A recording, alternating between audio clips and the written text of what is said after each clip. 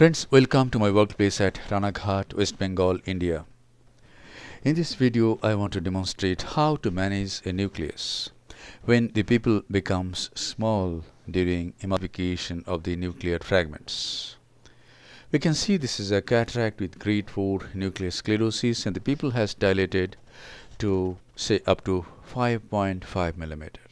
So to get an adequate sized rhexis, we have to go along the border of the pupil, along the margin of the pupil, to get a rhexis of about 5.5 to 5.75 millimeter. Yes, the rhexis has been done. Now, hydrodissection has to be very careful because we can't see the fluid wave going towards the opposite equator in such cases. So inject very small amount of fluid at multiple points, and every time after injecting fluid, just nudge the nucleus, just ballot the nucleus so that no fluid buildup can occur. And now we can see that pupil is getting small.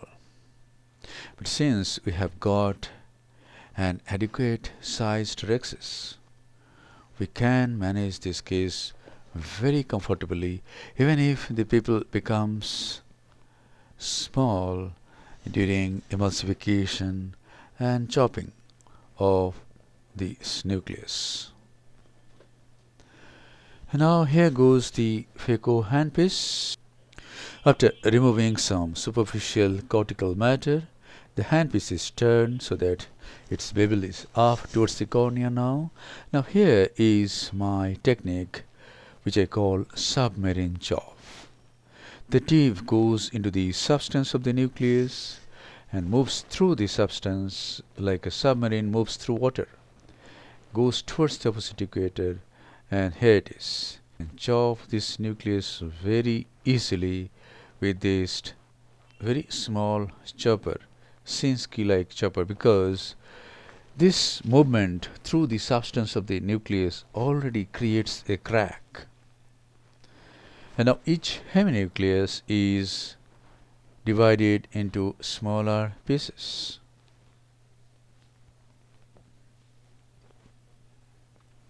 Now this is the other heminucleus. In the same way, the handpiece goes through the substance of this heminucleus and it is held very firmly and it is emulsified. Now each big nuclear fragment is tilted a little bit and it is caught hold of at its apex by vacuum. It is divided into smaller pieces and each smaller piece is emulsified with ultrasonic energy and it is consumed. Phaco power, ultrasonic power used in this case is 80%. Flow rate is 45 ml per minute. Vacuum is 450 millimeter of mercury.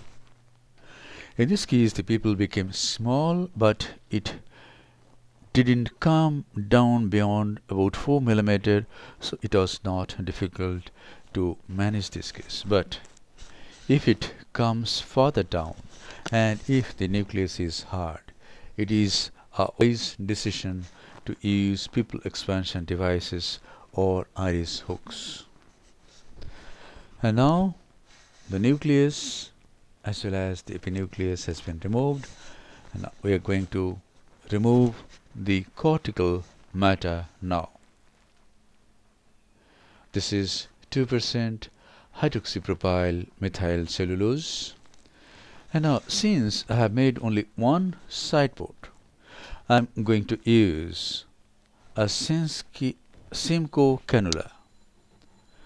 You can use a coaxial IA. I am going to use a 23 gauge Simco cannula to remove these cortical lens matter. If you have two side ports, you can use bimanual irrigation aspiration. But I made only one side port in this case.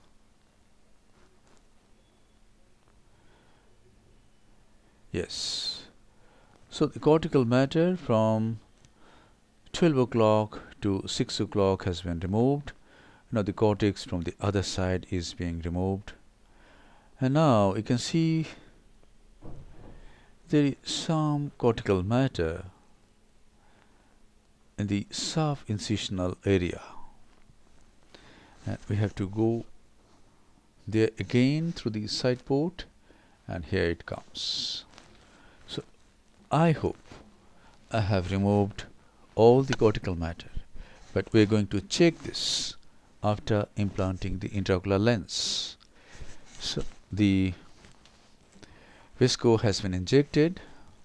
It dilates the pupil a little bit, and here goes the intraocular lens. This is a hydrophobic acrylic single piece monofocal intraocular lens, and it has gone into the capsular bag. Now the lens is dialed in such a way that the haptics are about 90° away from the main incision. Why? Because we need to go behind the lens and remove the visco from the capsular bag. So the haptics should be oriented in this way, about 90° away from the main incision. And now this is the instrument to check if I have removed all the cortical matter or not. It looks like an eye at the end, and here I have gone all around and I have checked that yes, cortical cleanup has been very thorough, very satisfactory. Now the visco from the capsular bag is being removed. Go behind the IOL, irrigate the capsular bag, and then aspirate and remove the viscoelastic substance, in this case 2% hydroxypropyl methyl cellulose. After thorough removal of viscoelastic substance, the side port is hydrated so that this step wound closes. Now this is the final lavage of the anterior chamber. This is very important.